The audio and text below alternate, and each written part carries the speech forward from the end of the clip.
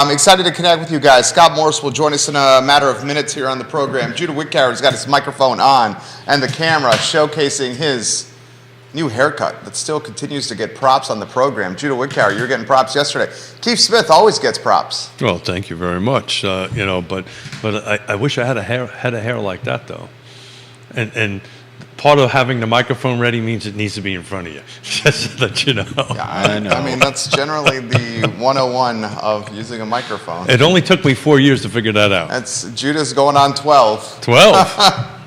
12 this summer. How are you doing today, my friend? I'm doing great. I'm excited to see you guys. I'm excited to connect with you guys. I'm excited to hear what Scott has to say. I'm excited to connect with the community. I enjoy doing the show. Thank you. I appreciate that. That means the world to me, actually. Yeah, it really does. I enjoy spending time with you. I enjoy doing the program. Well, as you know, time is money. Time is everything, and that means a lot to me. That you want to spend time with me. Give it a like and a share, guys. I wish everybody Keith else Smith. in my life felt that way. Forrest the dog does. Yeah, no, not really. Come on. No. Forrest really. loves you. No. Let's face facts. That let's say Forrest bonded with my wife. Well, she rescued him. And didn't she? She's rescued the one who rescued him. She rescued me. So. From the. That's true. That's twice. That's three That's times two. I've said through touche to you. I got three she touches rescued today. You. She did rescue you, and I have a feeling you needed some rescuing. Oh well, this is a family show, so we'll leave it at that. Leave it at You need that. a little rescue. Judah Wickower, we can rock and roll when you are ready. And let's say fun. the United Nations had nothing on me when I was a younger man. There we go. You have no idea what that means, do you? No, I have no idea what that means. I had a bunch of girlfriends from different parts of the world. Oh, there we go. J-Dubs. Saw her, and that was it. Quiet on the set. I'll shut up now.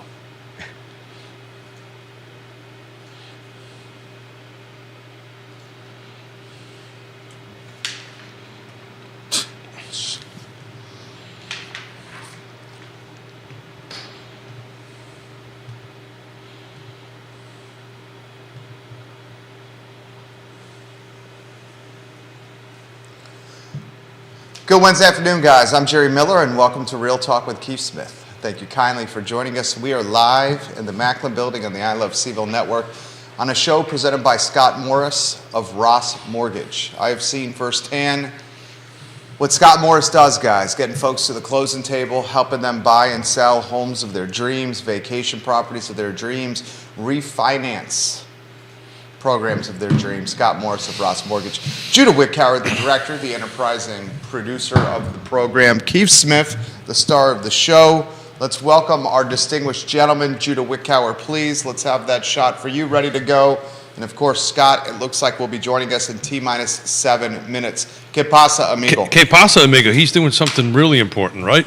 Donuts with Dad. Donuts with Dad. There you go, Respect. man. That's the most important. Absolutely. This little stuff that we do here is important, but that comes first.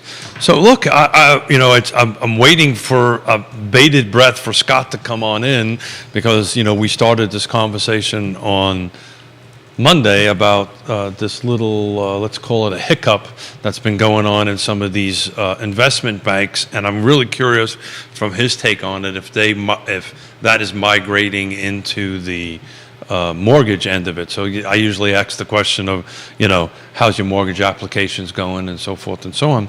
I can tell you from the market perspective, real estate market, local anyway, and look, all real.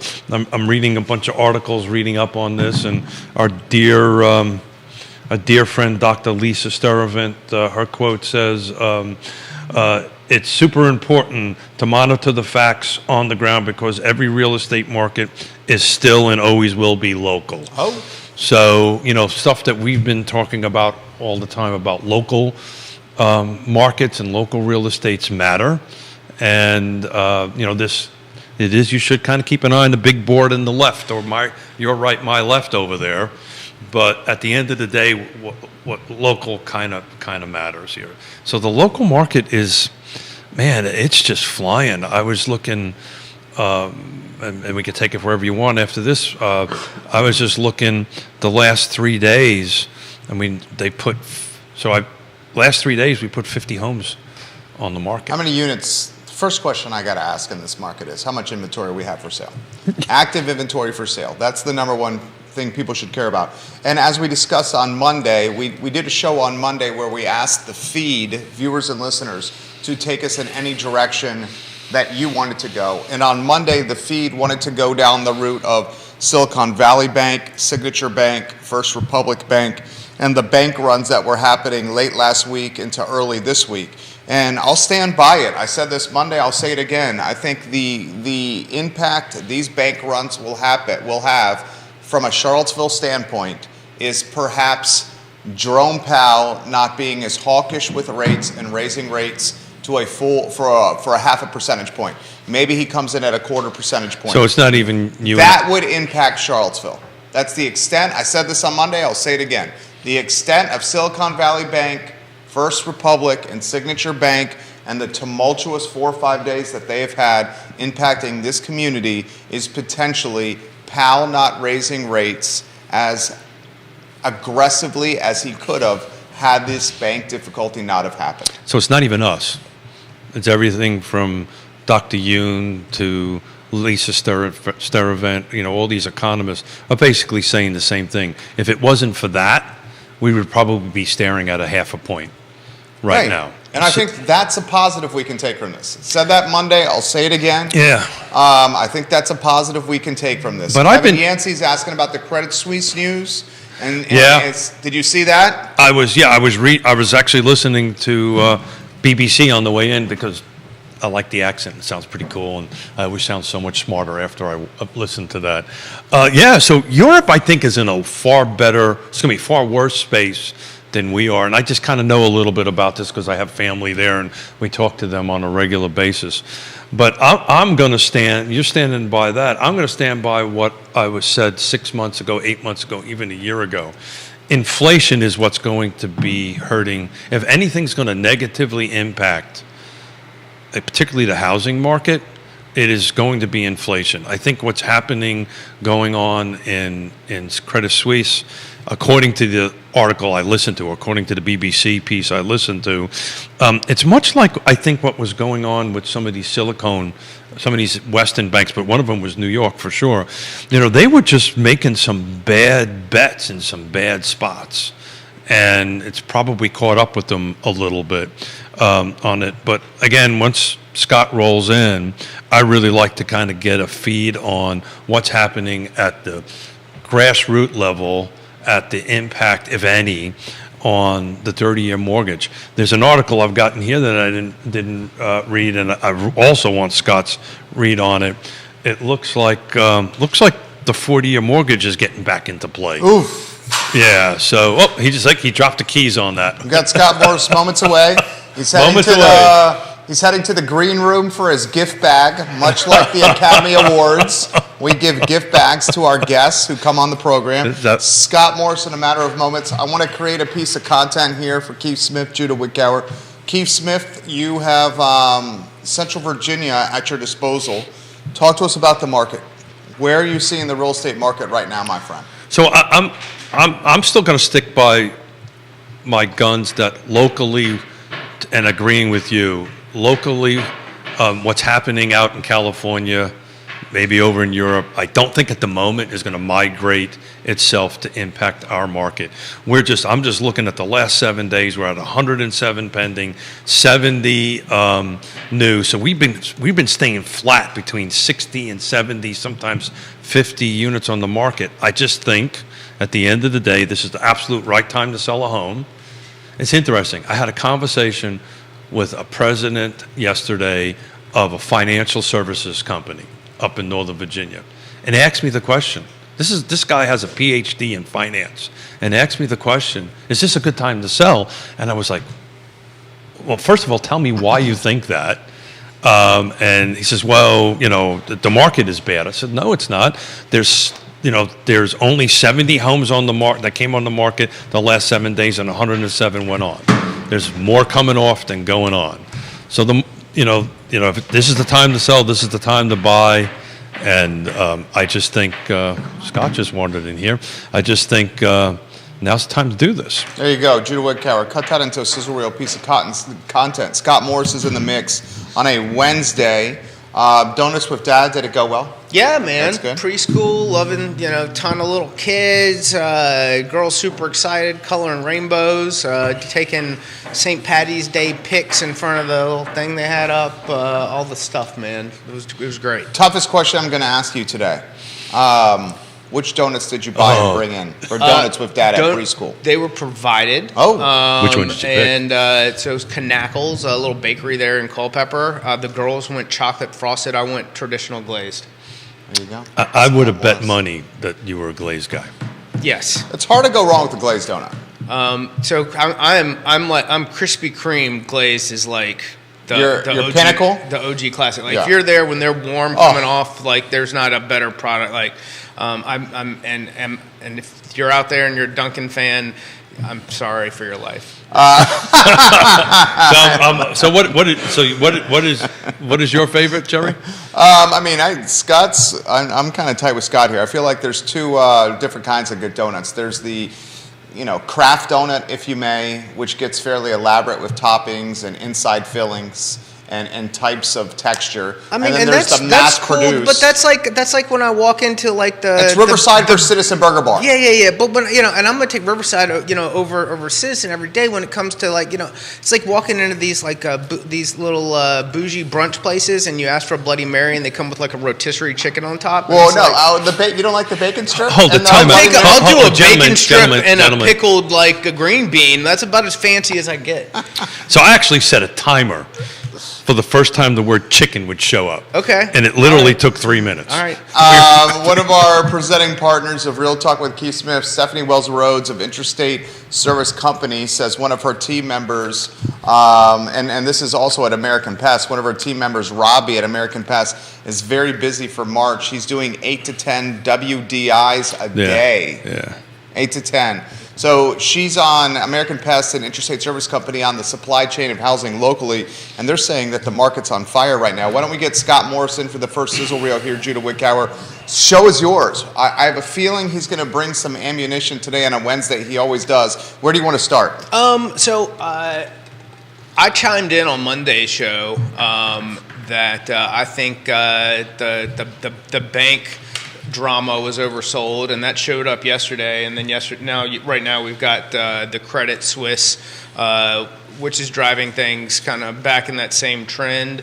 But I think really what we're seeing is not so subject to what's happening with the banking industry, but that the Fed tells us when rates are going up, and the markets tell them when it's time to stop. And I think that we very likely will get another 25 BIP increase, but that's kind of at most. I think we're about to see a pause, and we should see them. And the market's pricing in rate cuts starting in June. I say it probably doesn't happen until September, under the theme that nothing happens as fast as we think that it does.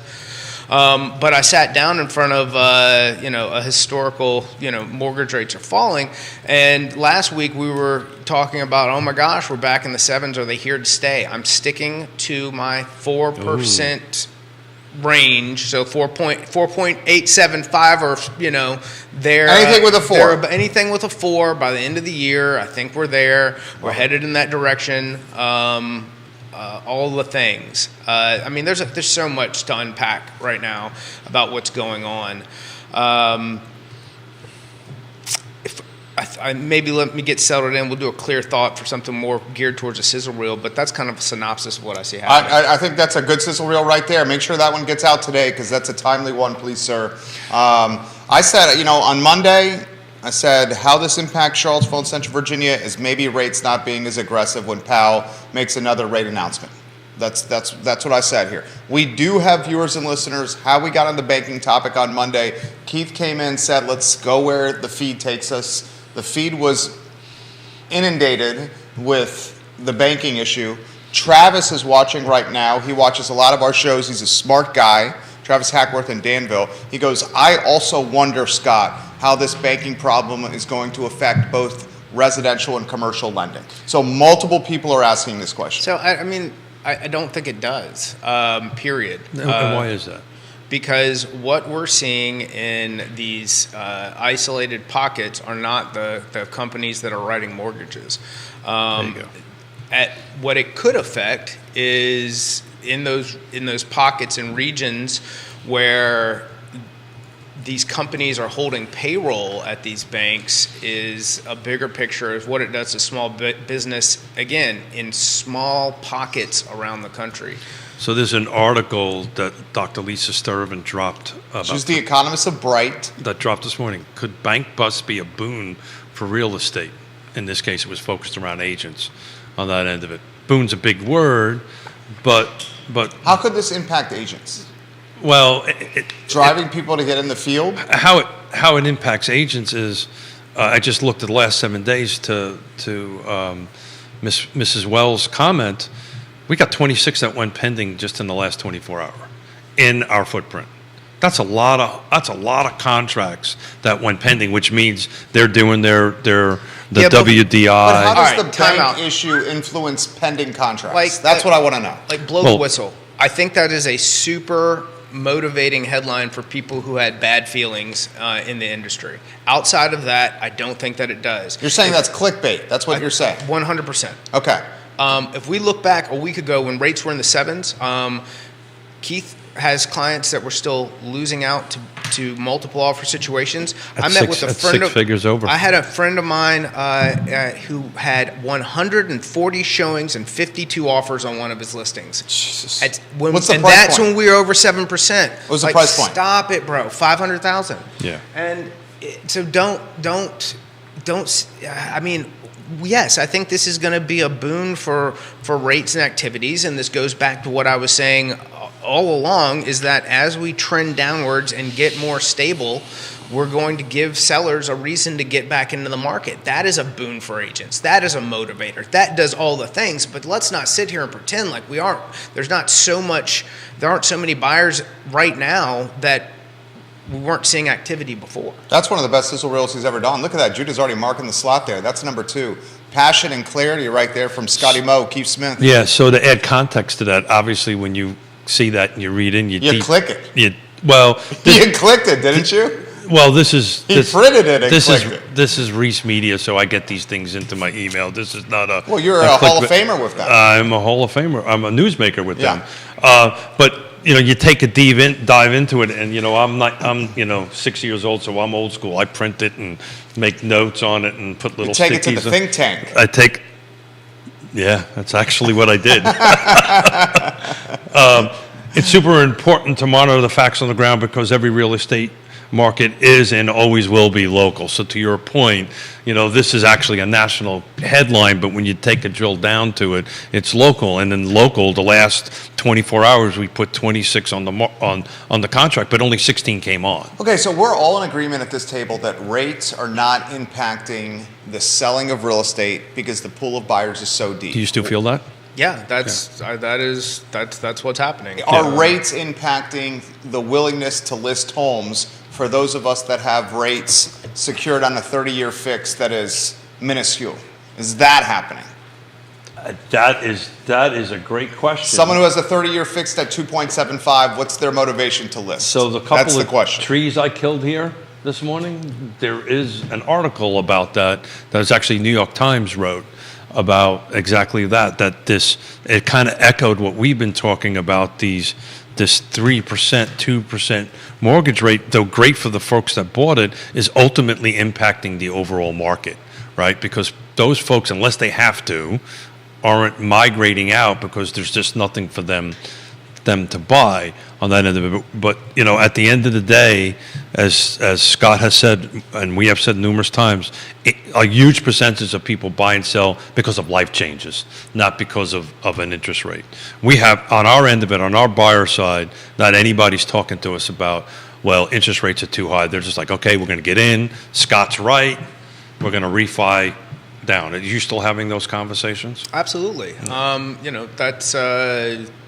So, in fact, I had a conversation yesterday on, somebody who's spending around $30,000 a year in rent, going, well, I don't know. I said, okay, well, let's say that you were spending $40,000 a year in a mortgage at the price point that you're looking at. Would you rather be putting that into equity and then refinancing into a lower rate as 2 years from now or a year from now, as opposed to pushing $30,000 a year out the window that you're not getting back in any form? Like you can't sell your rental that you don't own and recover any of those funds as you move forward. What do you think makes the most sense? And it's like, well, I hadn't really thought about it like that. And you see that it's you've got to see, what are your long-term goals? What are you looking to get out of all of this? Well said. So on next Wednesday, we're going to be doing, we're penciling it out as a name of how to win in today's market. But we are now starting to have conversations with buyers, and this word frustration is popping into it now, right? They're getting frustrated. They're getting, I'm out. I don't want to do this game no more. And part of what we're going to talk about next Wednesday is to help people stay in the game. And now's the time to stay in it. But these are conversations that we're having at the kitchen table or Zoom or via the phone. That I've lost my 20th, I lost my 12th, I've lost my 5th. Well, that's what we're up to. Deals in certain locations. That's what we're up to. And keeping that person or couple motivated is a skill set that we have to all bring to the table. Are you hearing any frustration out there with folks that you're talking? I mean, I've had people who've been frustrated for 2+ years, depending on what they're looking at. Like, you've got frustrations from the level of I was trying to make this happen, and the prices have gone up, rates have gone up. I'm losing the cash. Yeah, there's multiple levels of who's going through what in this process. One of the biggest frustrations is, how do I make this work? That's where we get into our specialty products. I saw somebody locally in the area. Again, everyone who does what I do is a unicorn and the best that's ever been in the business. Advertising that they've got a 0 down product that goes to 160% of AMI. I was like, I've been advertising that for a year. It's things like that, and as more people reach out for those tools to help people get through these frustrating times, because then that takes, if you can borrow, if you're an earner who has saved some money but not enough for closing costs, you could then make a 100% down offer with the loan and be able to pay your own closing costs to make a better offer, to make a more attractive offer to the seller. Then it's a lot, and it's very overwhelming, can feel overwhelming. It can feel overwhelming if you're a professional and you're in this business and you're going through it for the first time. Much less for somebody who has, no impact, no idea of what this experience is like, and they're just getting into it. So back to the could banking bust be a boon for real estate agents? And one of the other quotes from the good doctor was, this is an opportunity for agents who focus on skill sets, tool sets, and mindsets. It's going to be more important than ever because consumers are going to be confused by this, and we are going to need to be there to educate them. Do you feel the realtor trade has been more commoditized than ever right now? Try that a different way. Is the service you provide more value, competitive, and shopped than ever before? When you have companies like Redfin and Zillow who have turned it into a price war. No, not even a price war. No. An attention war, and a value war. So that the consumer doesn't see the value in the professional. They think that the next opportunity is the next click away, but they still find themselves confused and frustrated with the process because they don't have someone that they can reach out and contact and have a real conversation with. I understand that. That's a great answer to that. I'm hearing from colleagues of yours that the shopping is happening now. So that's a difficult question for me to answer, because I actually looked at our first quarter numbers versus the first quarter of 2022. Yes, Realty Partners, we're up 30%. First quarter of this year, you're up 30% In dollar value. over a quarter of last year. That's exactly right. How about and sales volume? How about inventory sold? Well, Because the price points are higher, so if you're going year over year, yeah. obviously We're the about 16. sales volume is going to be higher. Yeah. So we're about 12 to 15% sales per unit, Yeah. dollar value. So 15% down in units sold. Oh no, our units, the number of units are staying pretty. Actually, we're increasing. In 2023, you've sold more units. We sold more units gross. We have more dollars by 30%. YRP should be really happy. We are very happy, but the question is why, Yeah. right? And so to your point, and I generally don't like patting myself on the back, so that was not a look to Scott's point. Look at me. I'm just stating. I'm using that as a fact that I think, and to quote the good doctor here, if you're a professional, you know how to do your job, you will do well in this business. The folks that can't won't. That's just the reality of business. But I ran numbers. I was a bit surprised. We are up 30% in total volume sold, and we Like I were would just expect you would be up in sales volume, like total dollars sold, because of the appreciation of real estate year over year. The houses are more expensive. Yep. The fact that I'm really impressed but with not 30%. is you've sold more inventory in Q1 of this year than Q1 of last year. And really why that's surprising to me is Q1 of last year, rates were in the low threes. Well, and then if you add a second set of numbers, which I took a look at, from a car footprint, where depending on where you are, because locations matter, right? We're running anywhere between 15 and 30% down car footprint wise in total volume sales. But we're up, and I hope I just didn't jinx myself for the next 3 quarters.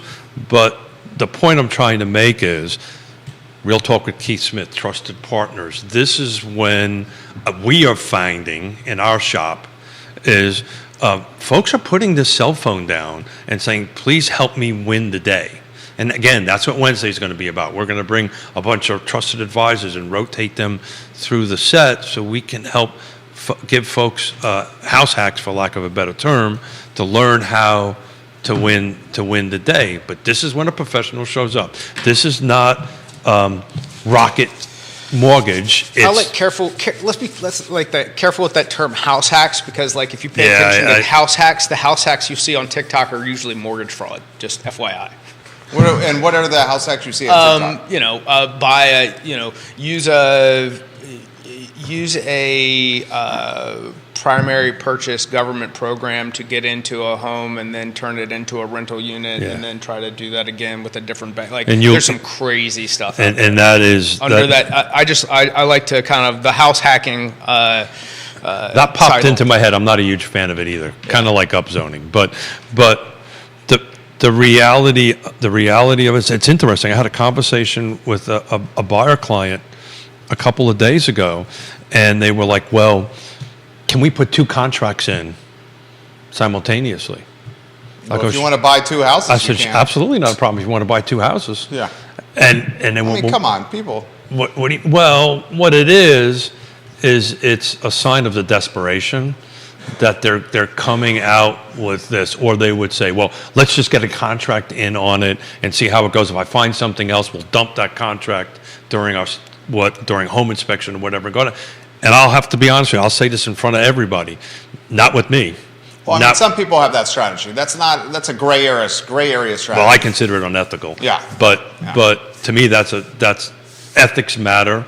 And how you do business matters. And if I can't help you navigate which is the right home to put an offer on and pick on it, then I'm not doing my job. Yeah, well said. And Bill's highlighting a good point. If you're in a 2-bedroom home and the addition of a child creates the need for a 3rd bedroom, rate is not an issue. And that's the point Scott has made all the time. Life events are going to drive the purchase of real estate. We have seen in this market, if you have a house and you list it and it's priced well, it's got good conditions, good features, good location, the person on the other side matters. All those key things, that the homes will sell. The rates are not impacting transactions. Where they may be impacting is folks willing to list their homes. and give up their very low rates. That's where it may be having an impact. This question's come in for Grace and for Scott in particular.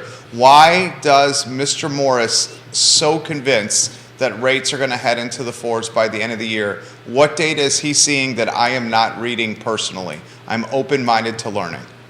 Okay. And he works in finance. All right. We've seen 150 BIP decline in the U.S. 2-year in the last 14 days.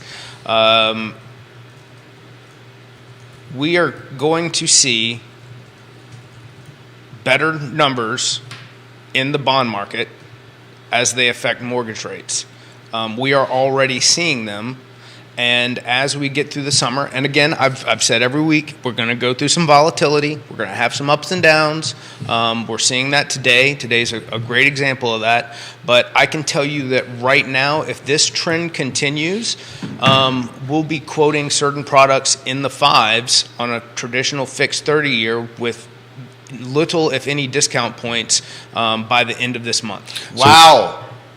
So when I check, Jeez Louise. By the end of this month, we're talking a 2-point delta. Well, not 2 points, 1.5 point and change. by the end of March. By the end of March, in 2 weeks. I'm saying that, yes, absolutely. If this trend continues, It's interesting because this morning I tracked the 10-year T-bill very closely. This morning, you may be right. This morning there was He's been really right on this show. And there's video evidence to back it up. This morning it was 3.6. Now it's down to 3.4. So in the last 2 hours or 3 hours, it's dropped. It just dropped so again. the as I'm big watching. problem that we've been seeing, or at least saw at the beginning of the week, is that the improvement that we saw in the bond market, even followed by the improvement of mortgage-backed securities, is that investors weren't buying. They were like, we don't want to get burnt by, we drop in what we're going to buy at. And the other thing that needs to improve in the MBS field is yield for what these loans are being purchased at. And that's going to drive some improvement as well. But what will happen is as yield improves, you're going to have banks take a greater everybody has gotten so thin to be competitive. As things improve, you'll go through a period where we'll get some serious improvement while everybody kind of, I call the race to the bottom, trying to capture as much as possible. But then as we get a more stable rate environment, we've got more inventory coming on board, you'll see certain institutions taking a bigger rake of that profit, and it'll land on rate sheets for mortgage lending in general. Well, let's dumb it down for the Staff Sergeant, United States Marine Corps in the room. So just as he was speaking, I was reading some of the rest of the article from the good doctor. So what she's predicting, and I'll just paraphrase it, if Powell stays at a quarter instead of a half, that bond rate's going to go down even more. Would you agree with that? I say the quarter sends a little spike. I say that they throw a little taper tantrum. They don't like a quarter. They want to see a pause. Stop breaking things. And who's they now? They is the market. Investors. The market. Yeah. A quarter gets a He's little. got to do at least a quarter. I think that I think they go a quarter. My God, can you imagine if he does a half?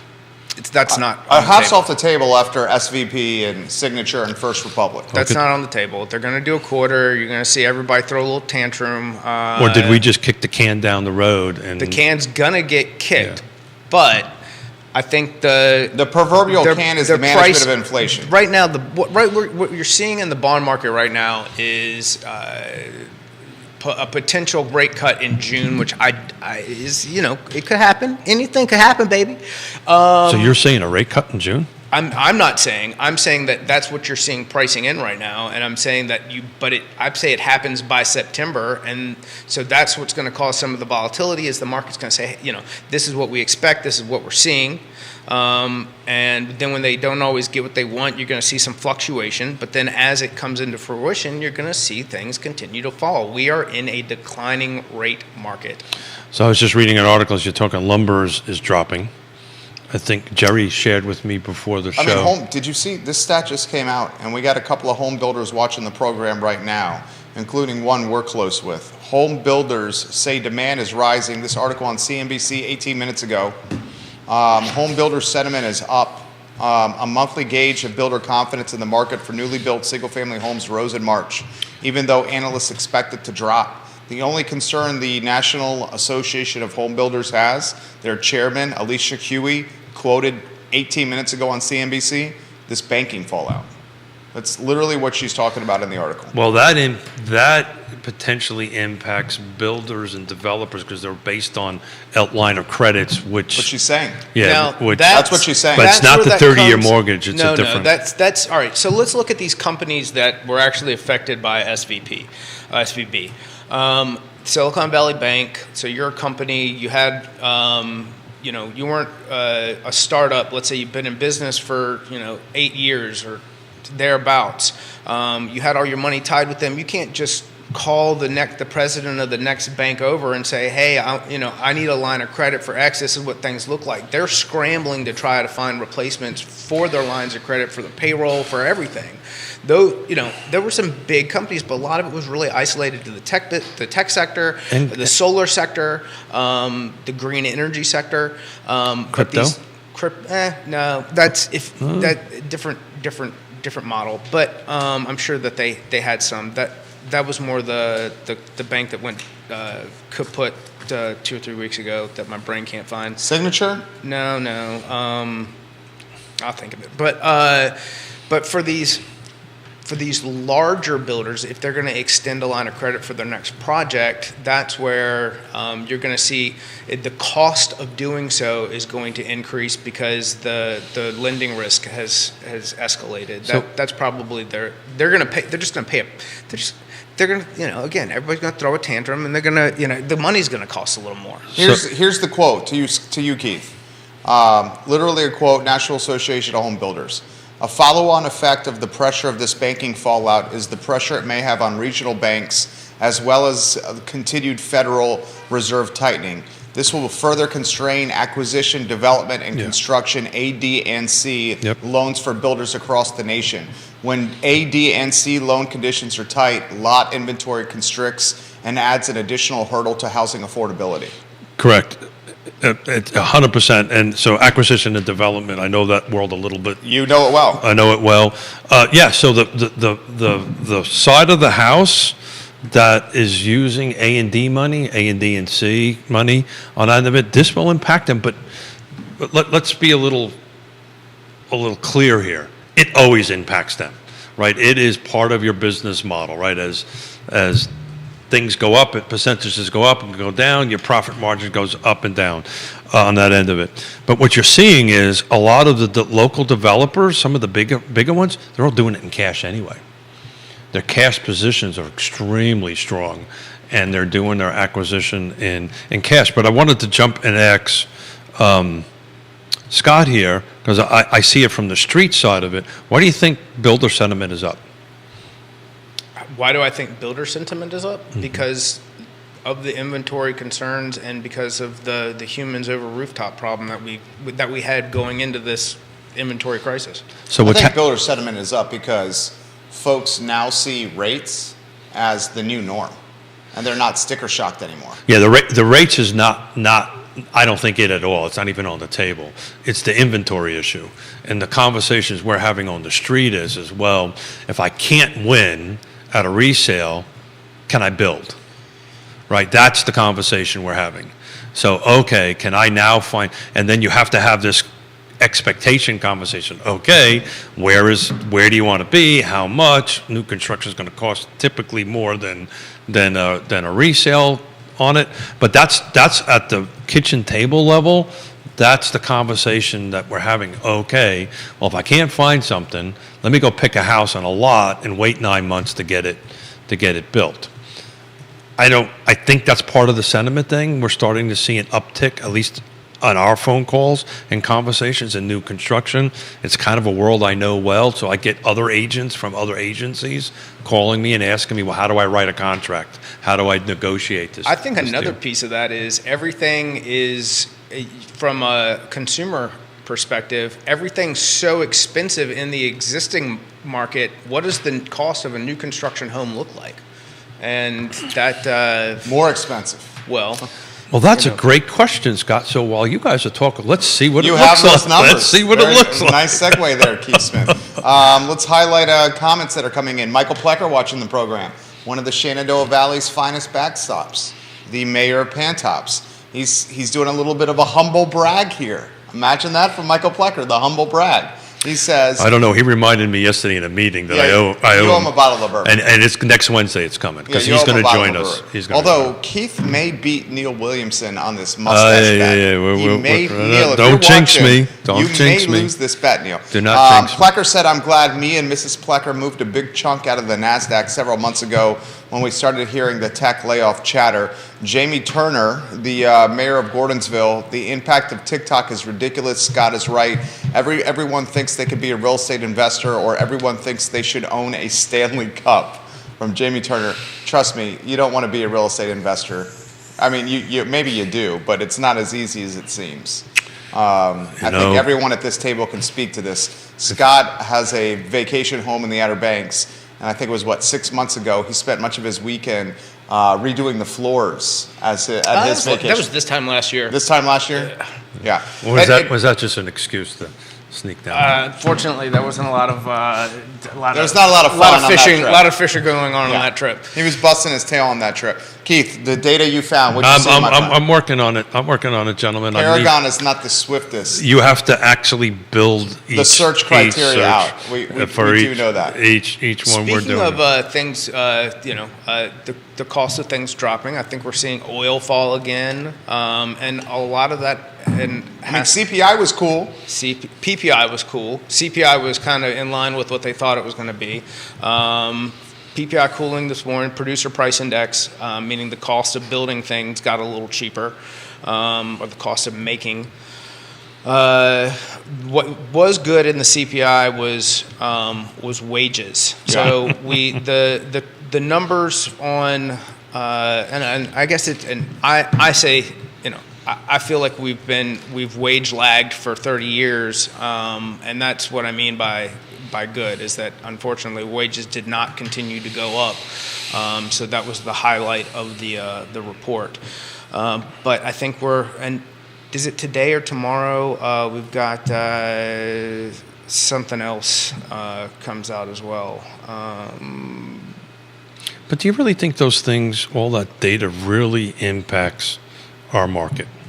I think it trickles down. Eventually it does. Yes, I think that is the information that drives the barn market, that in turn creates the motivation for me who owns a home to say, look, things are improving a little bit. Yeah. I've got Consumer so much confidence. equity Yeah. that I can sell my house, take a mortgage that's X number of hundreds of dollars higher per month, There but it know is. that I've got 6 figures from this transaction sitting in the bank to lean back on. Literally what going my wife and forward. I are talking about. That I 100% agree. I agree with a lot of what this man says. I've never agreed with the statement more than that one there.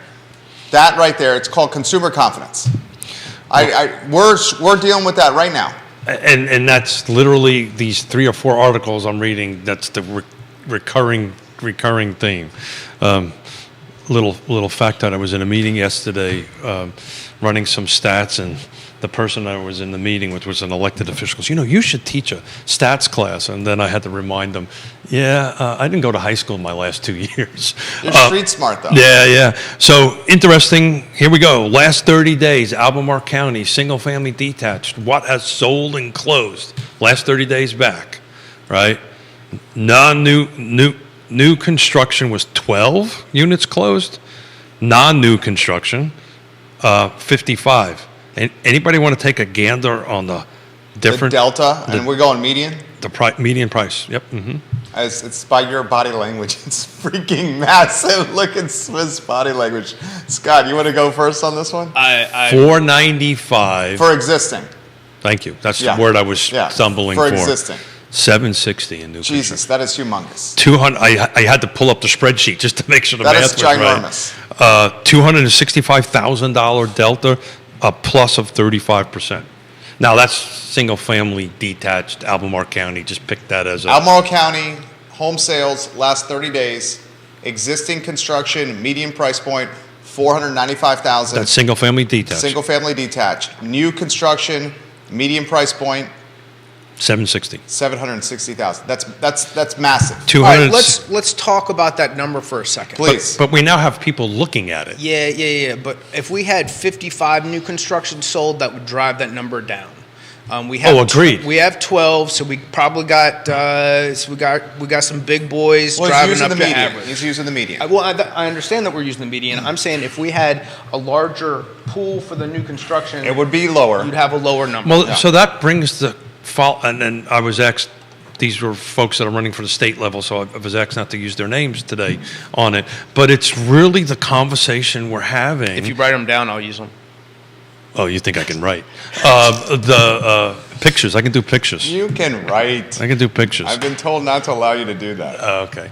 So, thank you, Yona. So but the conversation that we were having at the dinner table, at the round table I was at, was, if new construction produces more units, back to your point. So if it was 55 new construction, would that delta still be $265,000? And the answer is no, right? And so, Michael Payne, God love him, because he said this on the dais, I can say this, his comment is that we can't build our way out of this. No. His comment specifically, we cannot build our way into affordability.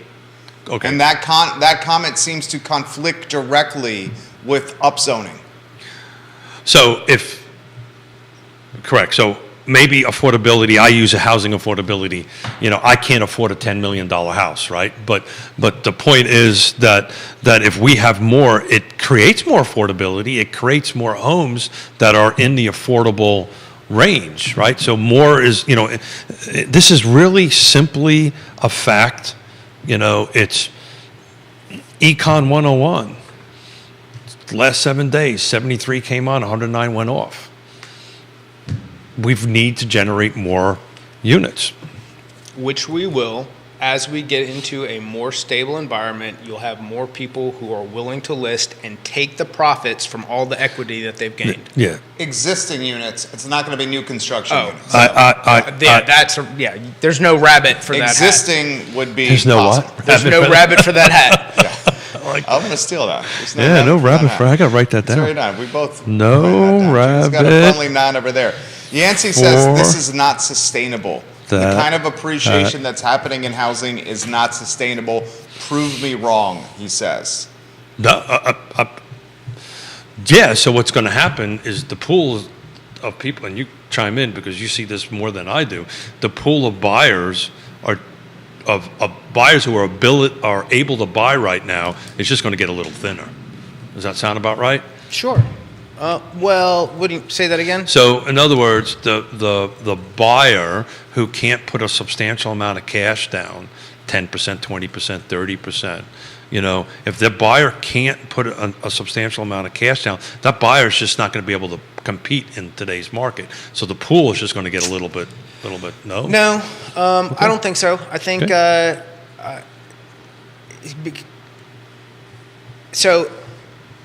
You're saying the buyer pool is going to shrink because people who can't. Because the house is more expensive. Well, it's either more expensive or There's less of them. or you're now competing, because this is what we're losing, competing against somebody who's bringing in enough cash that appraisal doesn't have to kick in. I mean, he's right? losing deals. I don't want to. Let me know if I'm speaking out of turn. I don't think I'm speaking out of turn. But once you say it, it's too late. Well, But yeah. that's okay. You've been saying it on air, so I don't think Yeah, I'm speaking out of yeah. turn. He's losing deals for a surgeon, son-in-law, doctor alone, who's got resources, Well, yeah. right? Yeah, we're a very specific location, Yeah. very specific product type, very specific everything. So the thing about that is that and 50 million other people want that same thing. Sure. So again, what we're going to talk about on Wednesday, because actually my daughter's going to sit in that chair. That's big and, time. And talk about this experience That's on Wednesday. next to Scott. It's going to sit next to Scott to talk about this experience. My granddaughter will be there, so you might end up having to get a kid. That's to- okay. Is the granddaughter going to be on air? Yeah, sure. Oh, fantastic. I mean, Okay. unless there's a rule. Well, no, there's no rule. There's no rule. No, there's no rules here. Yeah, there's three, You're the, but well, that's you're the only one that's implemented rules here. well. There's only three rules. I have respect for you, so I follow those rules, but sometimes I do.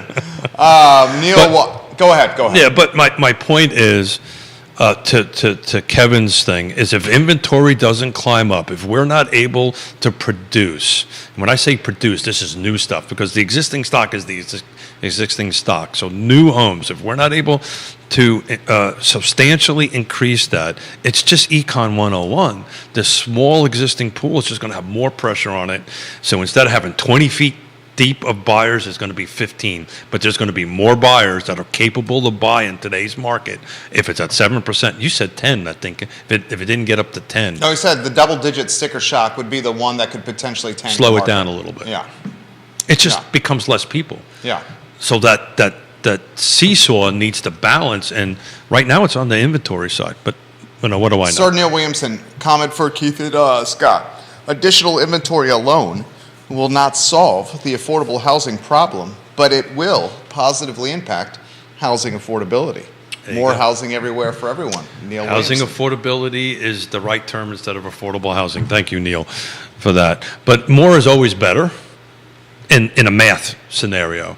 But there's other things, right? You always have to have a ready, willing, and able property seller. Local government's going to have to kick in. Neil Williamson should watch which show with who's coming on?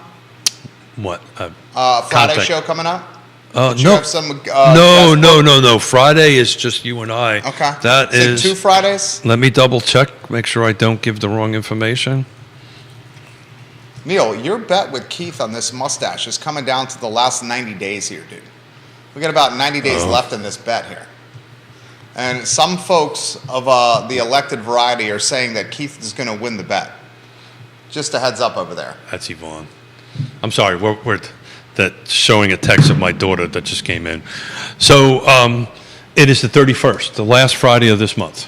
I'm going to have Lloyd's. Let me double check that they confirmed. Here. Last Friday of this month. Hold on. I don't want to give, because Neil Williamson Neil's puts. problem with that bet was Yeah, Michael, they both accepted. Michael Point and Lloyd Snook. I got Payne and Snook coming in on Friday the 31st. was taking the side of the speed that which Government could get something Yeah. done. 100%. Well, let me defend my dear friend Neil. If there's I'm anybody, just teasing, if there is any, well, I have to do just that. teasing the government a little bit. I have to do It's this. a good If- tease. Well, the government, I agree, but if there's anybody in this region that understands that, Yeah, it's him. it's Neil. No doubt. I get It's it. Neil. I get it. No doubt. Well, Bill McChesney says, I think Keith is keeping his mustache. You have Grayson saying, I bet Keith wins this bet and keeps his mustache. Time will tell. 90 days left here. So I'm at live, I came up with an idea, which is never a good thing for Smith. So if it looks like I'm going to lose the thing, maybe I'll shave this off for charity, and we'll see if people will donate money to the land trust. I don't think people are going to do that. All right, on the screen Please right talk now. with your branding Oh, consultant hold it. about if that being a good idea. Scott, we have to talk mustache. Yeah. now, okay. Please talk with your branding consultant before we actualize that idea. Okay, I retract everything I just said. It Donate never money happened. to charity when I shave my mustache. Well, I'm trying to raise You're money. just laughing over there. I'm Scott, trying to raise jump money in for here. the land trust. I I thought was it going to was a good say idea. on the screen just a moment ago, CNBC, to the point of of Grayson going where do you see this happening at? And it shows a right now Fed rate of 4.75. It shows a peak rate of about 5.25 in May, and then it shows they're pricing in actual cuts by the end of the year. Now that's showing closer to September. Who's pricing them in? Investors in the bond market. Got it. Okay. I mean, we got some, Or a projected dot plot by the Fed. we have literally, as of now, and it could change, but we're talking some morning carnage with all four of the indices we follow: the Dow, the S&P, the Nasdaq, the Russell 2000. The Russell 2000 right now is down nearly almost 3 points. So you know what I would track on that? Dow is down 1.5 points. So I'm going to give a shout out to Michael Plecker because he sent me a text early this morning, and I'm going to be tracking it all day today. Track the builder stocks. See how they do Let's see here. on that end of it. So I think you're going to see the big indices get pretty hit hard today. But I think things that are related to dirt.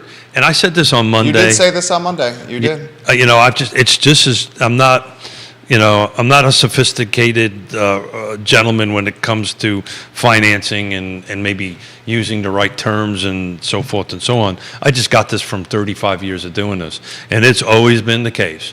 When that stuff starts going super red and things start going sideways there, people start pulling their money out of that. The good doctor has a couple of sentences about that. This ain't Let me super finish, red. please. And it goes into dirt. 3 points is pretty bad. It goes into points. Neil Williamson says, as a reminder for all the viewers and listeners, the bet was placed on April 15th, 2022. So he wants to remind the viewers and listeners that this bet was put in a long, long time ago. Totally. Long time ago. That was a long time ago. We're talking a bet that's a year plus running here. And I want to lose that bet, to be honest. I with know you do. I want to And lose that speaks that to bet. your character. I want to lose it's that bet. looking like you may be winning this bet right now. Yeah, we'll find out on the 31st, and we'll see. I mean, we're going to straight up ask Mayor Lloyd Snook and Councilor Michael Payne who is going to win this bet. And if you don't think I've already asked that question, you would be mistaken. And the scuttlebutt is. I'm not going to say it. I'm leaving this out there for the 31st. There you go. That's called a teaser in the business. Is it really? Yeah. And Neil, if you want to be a studio audience, you're welcome to come up. Love come Neil up. Williamson. Applications, how are they looking over there? Good Scotty question. Moe. We're up again. And much like, it's been, like I said, this year's been really of ebbs and flows. I think part of it has to do with availability in the market. And kind of what we've seen is, so applications have almost tracked inventory to where we'll see some stuff come on. You see people see that stuff's come on, and then there's an interest in activity. Then, as the inventory is gobbled up, you kind of get, there's a lot of emotions as far as people traveling through this process, as far as what's available and what's not, and that drives activity. Let me ask you, you are a top performer in what you do professionally. Are other loan officers enjoying similar data point success like you are? So- or are you an anomaly here? So nationally, I mean, there's a lot of struggle with inventory. That's the biggest challenge, and it's not just here. It's everywhere. And the number one thing that you see, there's a lot of people who got into this business who were attached to call centers and refis that are now finding a difficult time. Because they focused on the wrong product. And I've been relationship and purchase based from, that's how I've built my business. So what I found the most interesting part of the show so far today, other than nobody asked me what my favorite donut was, but that's okay, is the fact that the WDIs are up, right? So that's the wood destroying. Stephanie Wells Roads. Yes. So the fact that Tell them what WDIs are. wood destroying insects. So it's a report. So every because the lender's going to require it before we close. You've got to have Pest Stephanie inspection. and you have to have Robbie and you have to have the folks from American Pest go through the home and make sure that there isn't any active live termites at the end of the day. There's also a septic walkover, but that's different. If you're out in the county and not on public water and sewer. So if those are up, that just echoes what I've been looking at as far as pendings are up. It echoes what we're doing in our shop as far as volume and sales go. So, that's interesting. That's a good information to hear because, let's face it, Interstate Service Company, basically touches every real estate company in our region, right? Yeah. And if they are upticking, that means everybody is upticking across the board. So I found that as an interesting factoid. All right, well said. Well said. Thank you for bringing that to our attention there. Interstate Service Company, guys, a home's best friend. Mr. Yancey, specifically for Scott, have you had people had to reapply once they've started the process because conditions have changed? So reapply, we update some documents. One of the questions that we often get is, how long is this approval good for? And my answer typically is, as long as you don't have a change in job or go buy a car or do anything that can affect you credit-wise, it's as good as long as it needs to be. We will update things at the 90-day mark. The reason that we update things in the 90-day mark is because I have to close within 120 days of that original credit report. We also want to confirm that, that your income hasn't changed. We're going to update pay stubs, bank statements, that sort of thing to make sure that if we do get under contract that we've got documents that are going to get us through the transaction. Good answer. Keith Smith? Just looking at what's pending in the last 7 days, I've been keeping a track on, where are we at with homes that are going under contract that are in double digits and high double digits and triple digits. Even though the median days on market is 9, when you start plowing through this, we don't get to like the under 30 days on market until about halfway through the 109, somewhere around 50. So what that's telling me, because I had somebody ask me this question the other day, well, hold the time out. If pending's at 109 and coming on is at 70, that math doesn't work, right? How come there's so many pendings? And I said, well, because what's happening is when you're looking at triple digits or 80, 60, 90, anything north of 30 days, they're starting now to come off the market. That means people are now looking at homes that have been sitting in a while, and now they're ready to buy them. So you're going to start seeing, I think, over time, these high double digits and triple digit homes come off the market. So that's something I've been keeping a close eye on. Now, when you say come off the market, do you mean that they're pulling the listings, or do you think No, they're actually getting under contract? Under contract. I'm sorry. Thank you.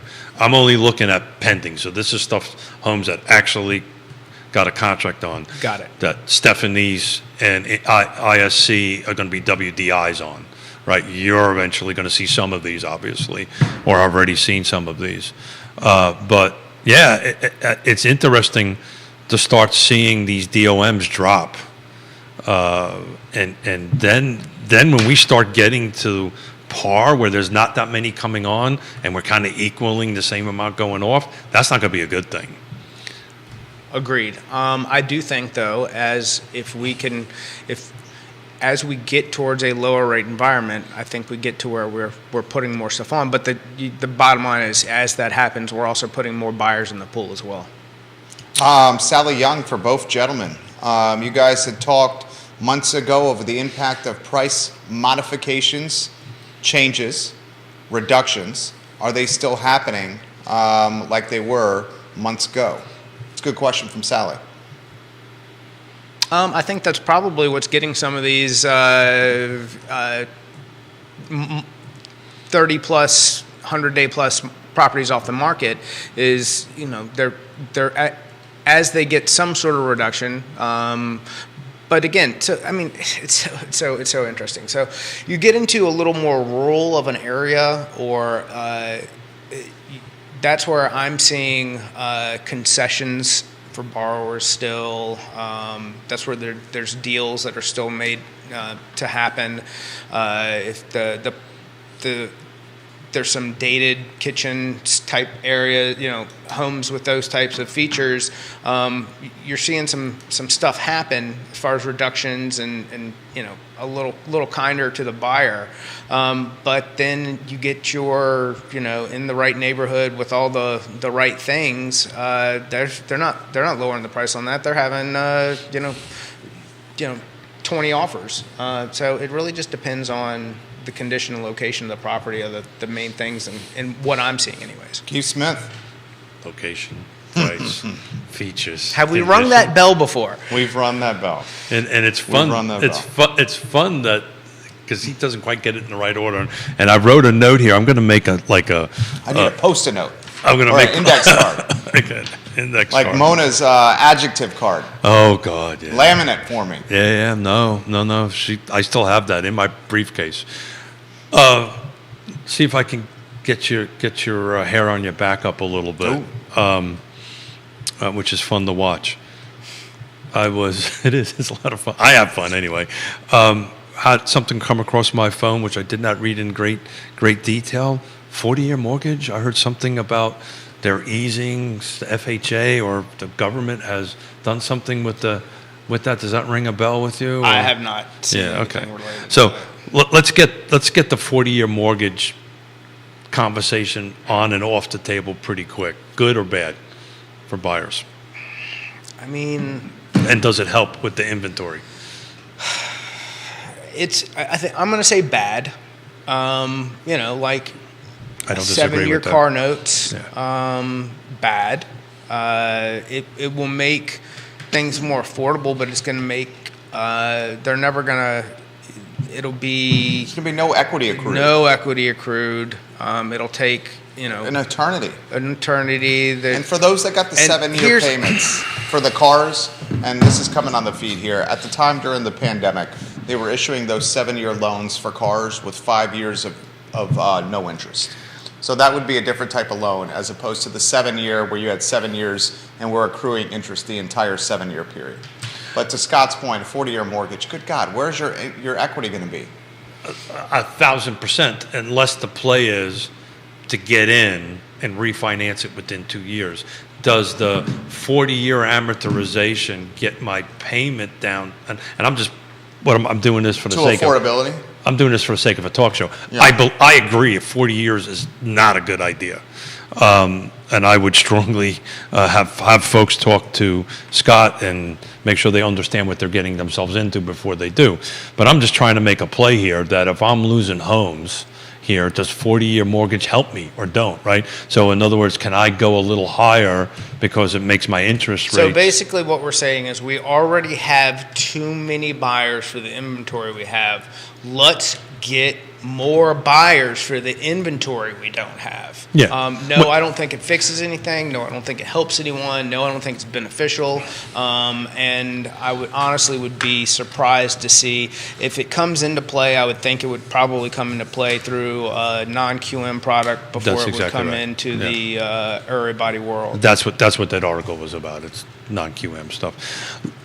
But I feel the same way, and I hope you're right, and I think you will be right. I think that the inventory will loosen up a little bit when you hit your 4 or 5, whatever your magic number is at the end of the year.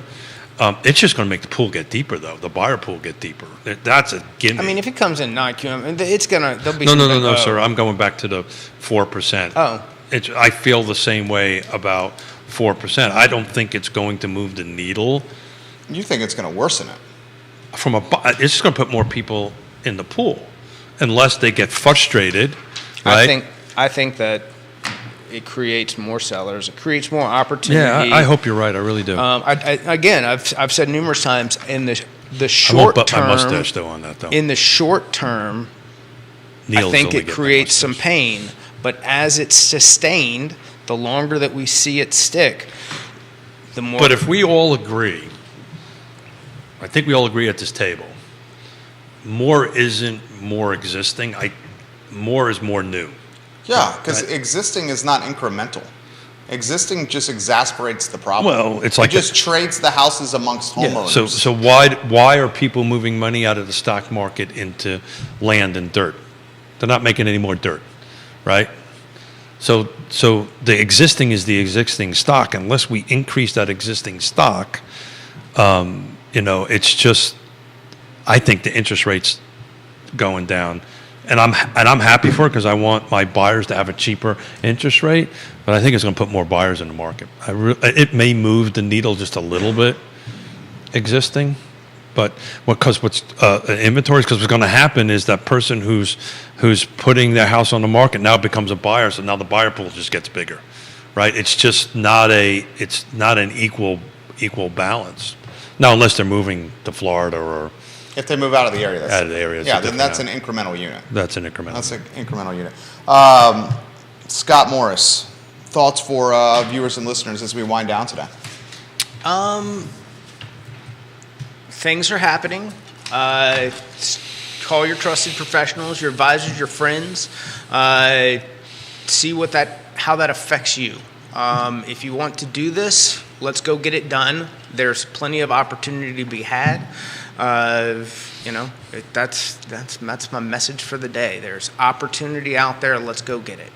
So as my grandmother used to say, if you throw enough you-know-what against the wall, it's going to stick sooner or later. Spaghetti?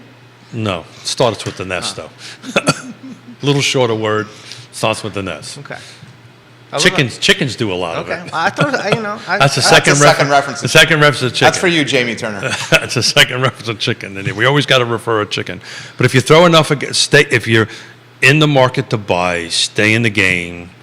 This is when you need a trusted advisor. Everybody on the Real Talk with Keith Smith's Partners tab got it. We've got one sitting to my right, to Jerry's left. He's talking about Scott. Talking about Scott. Yeah. That can get it done and help you get it done. And more importantly, if you can't get it done, you'll tell them. That's sometimes better information from my perspective. So we'll be honest, straight up. This is what we need to do. This is the path you need to take. Stay in the game, because we know this much. Your appreciation is only going to go up. It's not the case when you rent. Does that make any sense, guys? That was great. That is absolutely on point. And oh, by the way, the reason why I think you're going to be right with the interest rate, 2020 recession, we went down 1.208. We went down 1.3 points. 201, we went just a little over a half a point. But I feel like this recession is going to be closer to 1991's recession, which went down 2.2% on the 30-year fixed. I think once we get deeper into this recession, you're going to start seeing interest rates drop. It just historically happens. Give a plug for the home buyer seminar. Yeah, thank you. So pretty much more what we normally do, but it's going to be a little bit structured, right? We're going to end up bringing Woody Fincham in. We're going to bring in a couple of real estate agents to talk about that from that perspective. We're going to bring in my daughter to talk about, and she agreed to this, to talk about her experience. Did she in that text she just sent you? No. This is something her and I need to have a conversation about. That it's a family matter. Understood. Okay. And since he's family, that's the reason I shared it with him. Okay. So even though he doesn't want to admit it, but that's what we're going to do, and we're going to kind of talk about. I admit it. I claim Matthew sometimes, so that's how That's much. Keith's brother. Oh, is that my brother? That's Keith's brother. That's weird. You know, I spend like thousands of % more time with you than I do with him. Well, Matt. Okay. Well, he's working. Yeah. I was going to say that. You're also working. Oh. Well, anyway, it's going to be a lot of Daughter fun. says, "Am I in trouble?" Sorry? She says, "Am I in trouble?" We have to have a conversation. Okay. You have to have a conversation.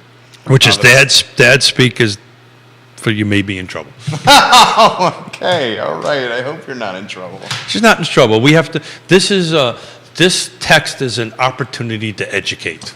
Okay. There we go. Judah Wickower, Keith Smith, the educator. Scott Morris moves mountains with mortgages. I'm just Jerry Miller, the guy with the microphone here. This show You're much more than that. This Stop show is a lot of fun for all of us. On Friday, it's Batman and Robin, yeah. And then the last Friday of the month is Lloyd Snook and Michael Payne. Yeah, so we're gonna, the rest of kind of March, we filled in a lot of just you and I, which was a lot of fun. I need that fix. I enjoy the heck out of it. But the end of this month and the beginning of next month, we're going to be loaded with guests. So please tune in, particularly on Fridays. I'm stacking up a bunch of folks that are either sitting in political seats at the moment or running for political seats on it. Plus, we got some people coming from other parts of the state to talk about the real estate market. So I'm really excited about the next 30 to 60 days. Bravo. The show archived, realtalkwithkeithsmith.com. That's the website, realtalkwithkeithsmith.com. Click the Partners tab for the trusted advisors on the supply chain we call real estate. For Scott Morris, Keith Smith, Judah Wickower, I'm Jerry Miller, and it's Real Talk with Keith Smith, presented by Ross Mortgage. The I Love Seville Show in 59 minutes. So long. Hold on, boys. Whew. No. What's that? Wait, hold on.